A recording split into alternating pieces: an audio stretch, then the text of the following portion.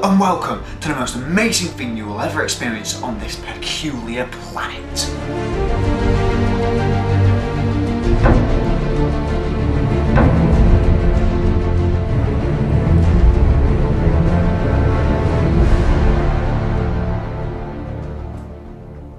So, factual television, or otherwise known as slightly factual with a little bit of exaggeration and complete nonsense.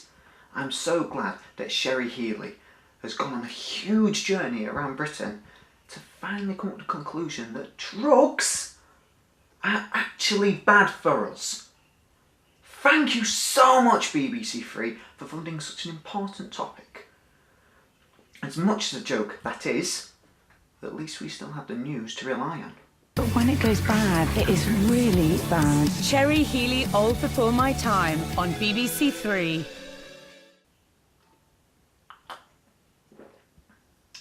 The various news channels have been going for decades, but the low-grade rubbish they show hasn't changed a single bit. We're now in a time when Kim Kardashian's baby is more important than the country turning to shit. The news channels use what's called an expository mode of documentary, and ironically uses the voice of God. I say ironically because if there was a God, he certainly wouldn't let the lies be spread the way they are.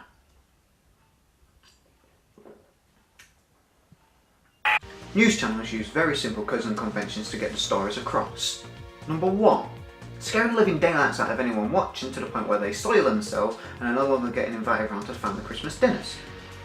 Number 2.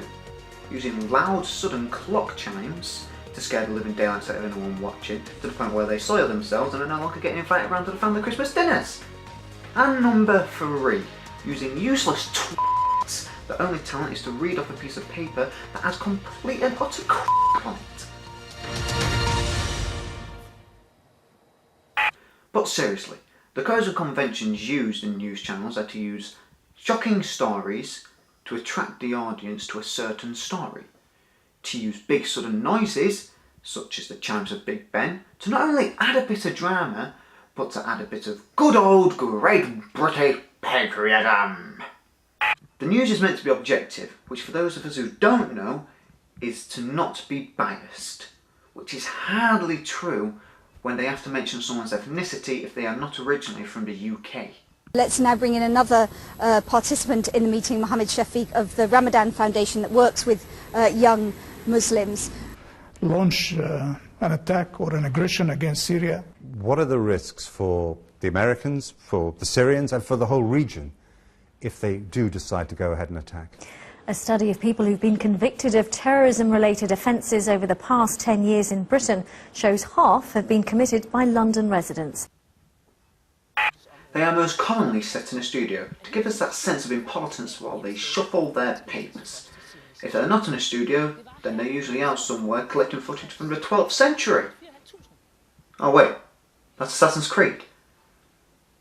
As you've just seen, unless you're as dim-witted as the researchers they use for these news channels, you'll realise that the news isn't always so reliable, with the BBC using the Halo logo as the UN of Defence symbol, and ITV using Armour 2 as a real footage of the IRA shooting down a helicopter. It was possible to shoot down a helicopter as the terrorists' own footage of 1988.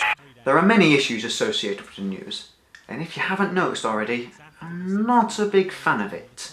A huge problem is the fact that we, as a society, have had terrible events shoved down our throats so much that we've started to become accustomed to it. That allows the news channels to prioritise subjects that, let's face it, aren't all so important. Also, as much as the news tries to be objective, it can't help but be a little bit subjective, which for those of you that don't know, it means to be constructed around being biased.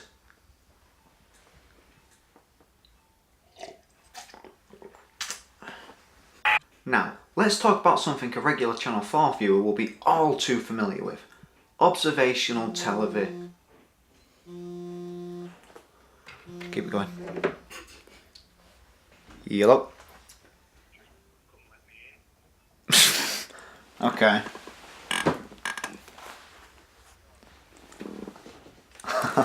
Alright, there in a minute. Now, let's talk about something a regular Channel 4 viewer will be all too familiar with. Observational documentaries, or otherwise known as fly on the wall, which is obviously referring to the hidden cameras rather than the irritating little shit running around everywhere. I'm sure that we've all watched one of these documentaries before. A great example, well, I say great, would be One Born Every Minute, which seems to want to concentrate on the suffering of mothers-to-be, but I'm sure it's for completely educational purposes.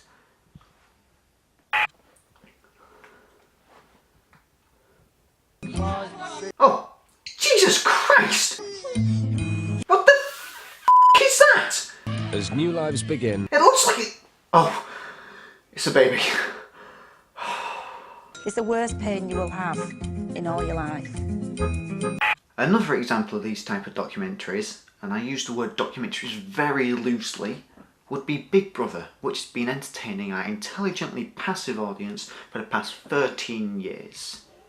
This simplistic show would invite wannabe celebrities into a house to spend a whole 6 weeks together. But don't despair, because as soon as that show's finished, they come up with a brand new show called Celebrity Big Brother, in which they invite celebrities to help them kickstart their careers. This can sometimes bring out arguments. What was just happening? I don't know, all I can say she took the covers off me, wouldn't give them back, so we ended up play fighting for them back. And sometimes even a bit of lovely romance. You said, do you want me to go mad now? Ah, Jesus. One more example would be the brilliantly creative Gogglebox, which allows viewers to view viewers, viewing viewers, viewing viewers, viewing viewers, viewing viewers. Or to put it in its simplest form, it's a camera placed on top of a TV. Can anybody be that gorgeous? It's ridiculous! All of these are reality TV shows and follow very similar... All of these are reality TV shows which follow very similar codes and conventions, including following a character/person that are in no way set up in any position for entertainment purposes. There's also cameras set up on a wall, hence the fly on the wall phrase. They also use voiceovers to either bring drama, comedy, or excitement to a clip that would be otherwise pointless beyond comparison.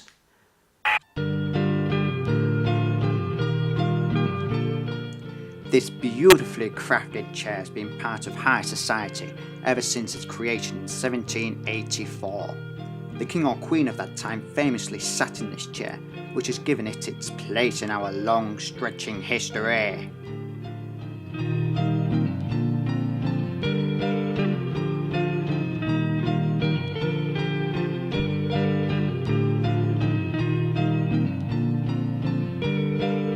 With reality TV being everywhere now, it's hard to ignore the irritating little f***s prancing around in their shitty clothes thinking about girls when actually really being interested in the money.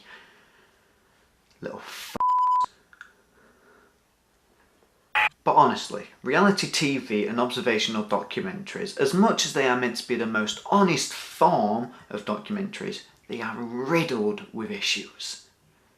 Representation being a key issue, since just because you are watching what actually happened on camera, that doesn't mean that the director and editor want you to see what happened throughout the whole day.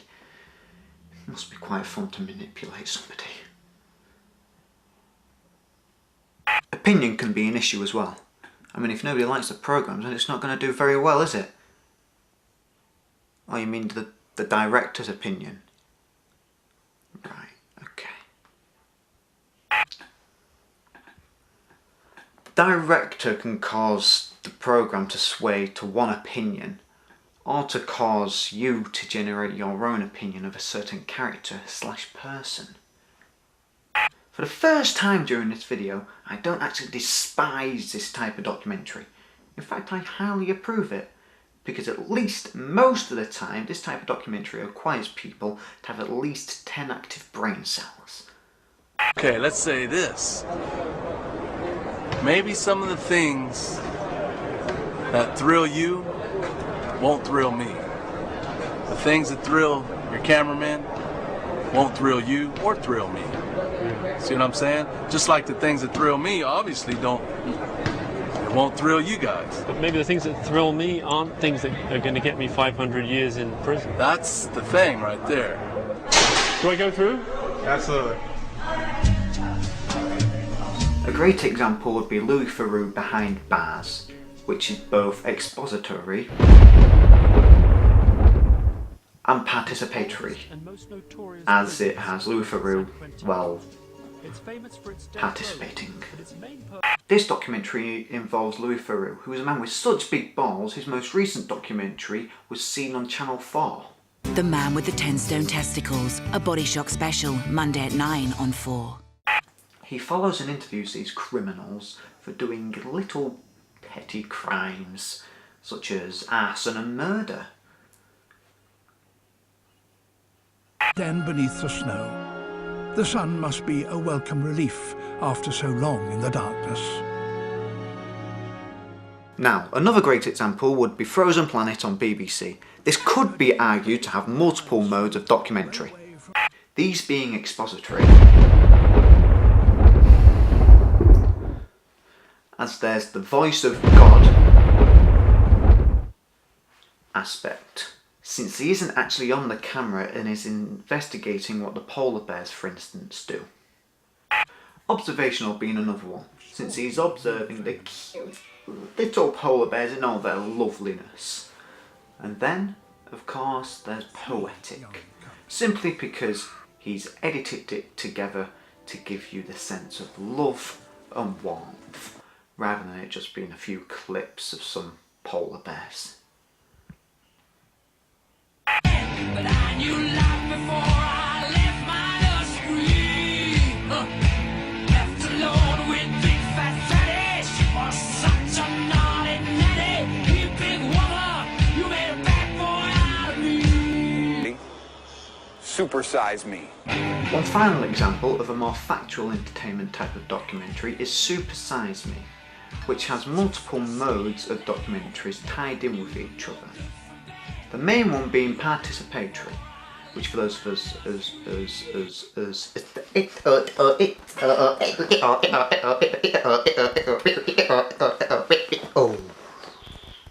Real smooth. The main mode being performative, which for those of you who don't know, involves the presenter participating in the investigation. So in this instance, Morgan Spurlock eating McDonald's Big Macs for a full month to see what results happen. My guess is he's going to become a fat. Expository is also another mode used in this documentary, as Morgan Spurlock investigates to see what effect Big Macs will have on the body, to ultimately again become a fat. Now, codes and conventions time! Louis Theroux and Supersize Me have very similar codes and conventions. One of them being the fact that they both used handheld cameras to try and give the sense of realism and to fool the viewers into thinking that nothing was actually set up. Idiots. Another is quite obviously the presenter, whose job it is to act as the audience and to ask the questions that the audience want asking. Such as, why are you a My grandfather's had a couple open heart surgeries. What did you do to become a You said freezing? Poo-poo. Oh, freezing, nah. And why did that make you a I like to be more thorough than that. And I like doctors to be thorough. However, The codes and conventions of Frozen Planet are slightly different, with there being no handheld camera work at all, and it being very artistically put together. It also features voiceovers to help those of us that aren't interested in just looking at cute little polar bears fall all over the place, and to actually explain what's really going on. Well, what the hell are you doing? Get out! Jesus Christ, man. The bloody cheek. Ugh. Well, this is coming to an end now. So, how about we end on a cracker? Fahrenheit 9/11. Fahrenheit 9/11 is basically based around how much of an incompetent, manipulative and downright pathetic George Bush is. The documentary concentrates on the events of 9/11 and those surrounding it, and how it could have been prevented, or even how George Bush could have caused it. Now, I'm not usually one for conspiracy theories, but Michael Moore makes a good case. He really makes you feel what he wants you to feel. And I don't know if you've noticed, but this is about to link on to another mode of documentaries. Poetic! As I stated previously, so you best have been listening, a poetic mode of documentary is used to make you feel what the director wants you to feel. It is usually designed very artistically and very beautifully constructed. Now, this is probably starting to bore you, but we shall march on. It's code and conventions time! The codes and conventions of this documentary are as follows. A lot of handheld camera shots as well as static camera shots, as Michael Moore is investigating, as well as trying to get his point across on camera. Library footage, also known as archive footage, has also been used a substantial amount to help show the audience what he's actually talking about and to show the facts. And also a presenter to help the audience communicate more with the documentary. One of the main ones with Fahrenheit 9/11 is that it is very subjective, in fact incredibly subjective and biased, meaning it cannot be relied on. And if you are incapable of an individual thought process, then you deserve to be brainwashed by this sort of crap. Now, I'm not saying that Michael Moore is a bad person. I'm just saying he's very opinionated, just like most human beings on this planet. Now, if we move on to the other three documentaries, Louis Theroux Behind Bars, Super Size Me and Frozen Planet, they all have very similar issues. Louis Theroux and Super Size Me both have an issue where they can't possibly show you everything that they have filmed throughout the day. So you can't rely on them to tell you that the people they film are like that 24/7. And also, you don't know whether a scene has been set up or not, so you can't say that it is reliable. Especially in the case of Louis Theroux, it is very subjective, giving it an opinion that is leaned very much to one side. In the case of Frozen Planet, there's a very similar issue, where everything they show you isn't everything they film. No. There's a similar problem where what they show you isn't all they film. Right. In the case of Frozen Planet, there's a similar issue, where what they show you isn't all they film. So all that cute stuff you see those polar bears doing isn't what they do all the time. And secondly, the producers, as stupid as some of them are not going to stand there for 24 hours watching a polar bear eat and sleep. Now, just to settle your minds, I haven't been making many jokes about them documentaries because I'm very fond of them. And if I was to make a joke about them, I'd be making a joke about myself. And I wouldn't make a joke about myself because awesomeness is no joke.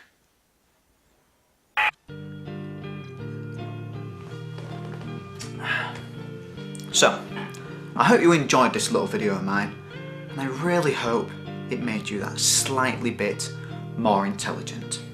Thank you, and goodbye.